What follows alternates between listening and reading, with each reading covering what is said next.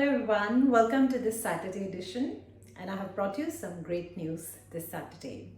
So for all of you who've been waiting for the nomination opportunities to be available for certain occupations and have been watching out for the invitation rounds for South Australia and for Victoria, but we're not really finding any headway, I'm glad to share with you that the state of Northern Territory, Darwin, has finally opened its doors to the offshore applicants. Ever since the migration program was released for the year 2022-23, Darwin, Northern Territory had listed a lot of occupations. However, the applications were open only to onshore applicants and not offshore applicants. This March, Northern Territory has finally started to accept applications from offshore applicants as well. And the great things they have done for you is that they have reduced the work experience requirement from 3 years to 1 year. There are, however, some occupations, very few occupations that still require about 3 years of work experience, but majority of the occupations need just 1 year of experience. The point score they need in order for a person to be eligible is only 65 points, so that's great. And the English proficiency required from the applicants is only competent.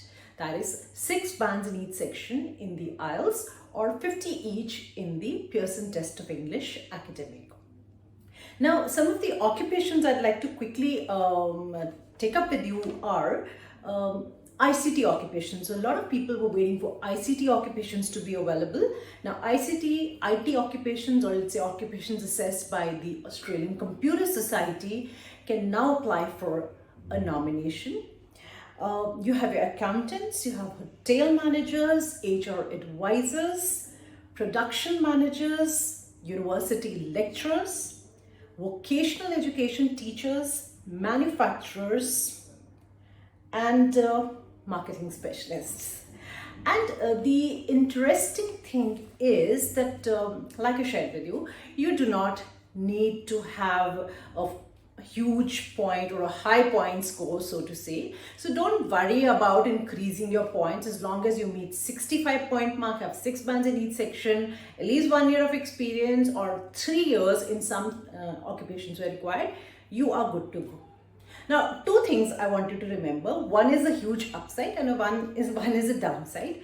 The huge upside to this is that you can directly apply for nomination. Now, with most of the other states such as Victoria and let's say the ACT, South Australia, the only handicap is that you have to wait for the states to send you an invitation for a nomination. Whereas in the state of Northern Territory, like the NSW-RDA direct applications, you do not have to wait for any nomination invitation to be sent out for you to you. You can directly log on to their website and apply for a 491 nomination.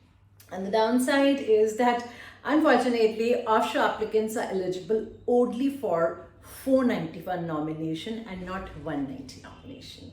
So that is it for today. If you have any questions, please feel free to get in touch with me. Call us on 78498 78498 or drop your CV on CaanWings@gmail.com. That is CAANWINGS @gmail.com. And I'll meet you again next Saturday. Until next time, bye-bye and take care.